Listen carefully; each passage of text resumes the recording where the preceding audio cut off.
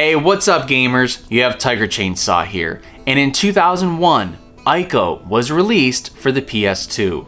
Now this game came straight from Japan, and it was so different from all the other games of that era. The gameplay was way less action-oriented and more about puzzle solving and working together as a team. The graphics, visually, were artistic and just a different vibe overall. There was so many questions about this game, and it was so different compared to all the other games in 2001. Now, I didn't get to play this game until recently, and I decided to give it a review and see what Ico is all about. Now, if this is your first time on my channel, or if you just haven't yet, make sure you hit that sub button, as I have plenty of retro video game reviews. Now, let's discover who this boy with horns is, and why is he in this castle, and who's this princess that he's trying to rescue. We're gonna go through all of that in this Ico review. Japanese game creators are known for putting out bizarre video games with silly concepts. You're a mosquito and you must bite that woman's breast. Or you play through this maze that simulates an acid trip. Those are all real games that have come from Japan. And while Japan may produce some pretty wacky games, it can also produce a ton of brilliantly beautiful, fresh concept games. That's what happened in 2001 when SCE Japan Studio, Team Ico, and Sony Computer Entertainment teamed up and released Ico for the PlayStation 2. It's time to put on your horn hat because we are rescuing that princess in this Ico review, starting with the plot. But spoilers are gonna be ahead.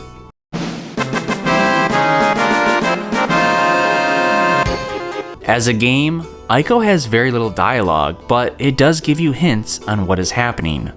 The game starts with a young boy being taken to an abandoned castle by a group of men on horseback. This boy is placed within a stone tomb and locked away as the men leave. This boy will be our main protagonist and is named Ico. But he isn't just any boy, he is a boy born with horns. The men have placed him in this tomb to be sacrificed. Luckily for Ico, an earthquake occurs and he escapes from his broken stone tomb. He begins to explore the castle and discovers a young girl named Yorda who has been imprisoned. Despite not being able to understand her, and you can't either, Ico and Yorda work together to escape from the castle. During their journey, they encounter dark shadow creatures who come up from the ground or fly down from the walls. These shadows try and forcefully take Yorda away and drag her into shadow pits. Ico does his best to protect Yorda with a stick as he fights off the shadows. At first, you may believe that the castle is abandoned. But just as the two are crossing a bridge to escape, a dark queen appears who rules the castle. She informs Ico that Yorda is her daughter and she will never permit her to leave the castle. The queen then destroys the bridge, separating Ico and Yorda, and Ico falls off the bridge, landing unconsciously. When he wakes up, Ico is beneath the castle and slowly begins to work his way back up, finding a magical sword in the process that effectively fights off the shadows.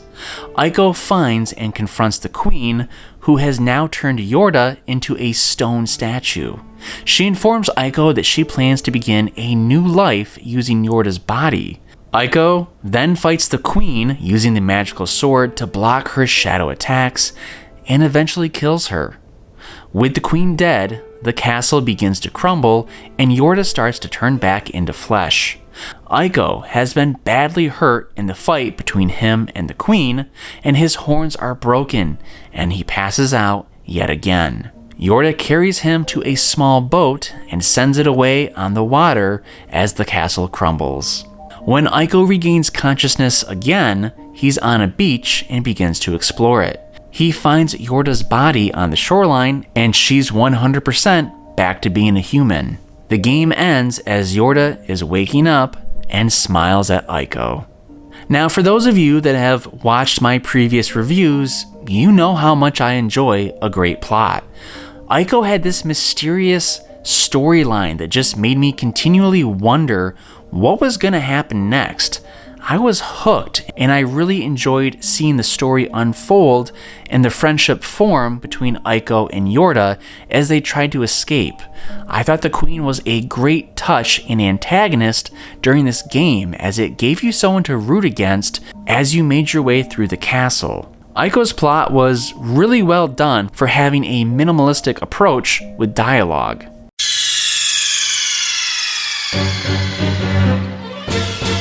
There's been a lot said about the controls of Ico and how difficult it can be to get Yorda to follow your instructions. In my playthrough, I didn't struggle that much, but there was definitely a learning curve.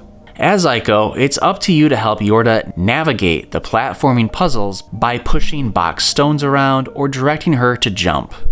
Having to instruct Yorda can be annoying at times, but other times it can be humorous. Remember, Yorda doesn't speak your language, so she does struggle with your instructions. You can grab her hand and make her follow you, which is what most people end up doing, especially when the shadows come. So much of Ico is based on teamwork and platform puzzles. You need to work together as a team to figure out how to progress throughout the castle and make it to the next area. Now, I absolutely have to show you this comic strip that I remembered all the way back from 2001 from one of my favorite video game comic strips, Penny Arcade.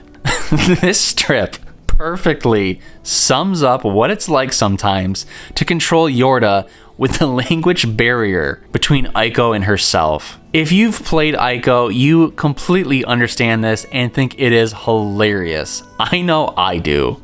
So while the majority of the game is solving platforming puzzles together, there is a bit of combat to Ico, and it starts with the shadow figures. The shadow figures will come and try and abduct Yorda away. If they pull her away and drag her down into a shadow pit, it's game over. The shadows will either pop up from the ground or crawl down from the walls. They'll also grab Yorda and fly away to a different section in that same area, and then drag her down into the shadow pit. You have between 10 to 20 seconds to run over there and grab her before she is sucked down into the shadow pit. Along the way, you may have to beat the shadows with the stick or the sword. Back in 2001, Ico was a beautiful game with its graphics. In fact, even today, this is a beautiful game. There's a lot of bricks and a lot of stone, but it's an amazing castle. Ico also has a refreshing gameplay style. Up to that point in 2001, I can't really think of a game that had this type of style, concept, and controls like Ico. Everything about the game was fresh and exciting. Who was Ico? Why did he have horns? Who was this Yorda, and what's up with her mom who hates her? Ico was a big question mark that everyone was dying to solve. This game from Japan just was so intriguing to gamers. When I played this game, there was a real sense of fear. I was constantly on the edge during my Ico playthrough about the shadows appearing, and that feeling of anxiety kinda wore me down. I cringed every time I went through a door or discovered a new room because I knew those shadows would be appearing at any moment. But I don't want you guys to confuse my fear for Ico being a horror or a thriller game. It's not like that at all. It's just something about those shadows freaked me out. The wait was way worse than the actual fights. Now, I did already touch on this, but besides fighting, you will have to do your fair share of puzzle solving on which room to enter, or how to get Yorda up broken stairs, or how to climb a wall. It's not too difficult, but the solution is not always in front of you. Some puzzles took me minutes, while others took me 15 minutes to figure out. It was a good mix of fighting and puzzle solving in a beautiful environment. The final battle with the Queen I thought was really well done. It's not intense by any means, and you're not going to be button mashing her to death, but there is some strategy involved in how to get to her and how to hurt her. Once you discover the trick, it's really not too difficult. But it's a good boss fight, and I'm glad that they included it at the end.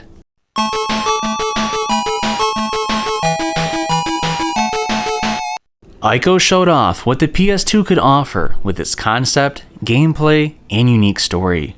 The game had minimal dialogue, minimal fighting, and it took place in a huge empty castle, but everything came together, making a terrific game that many remember. But to be honest, by far the worst thing that happened to this game was the terrible North American box cover.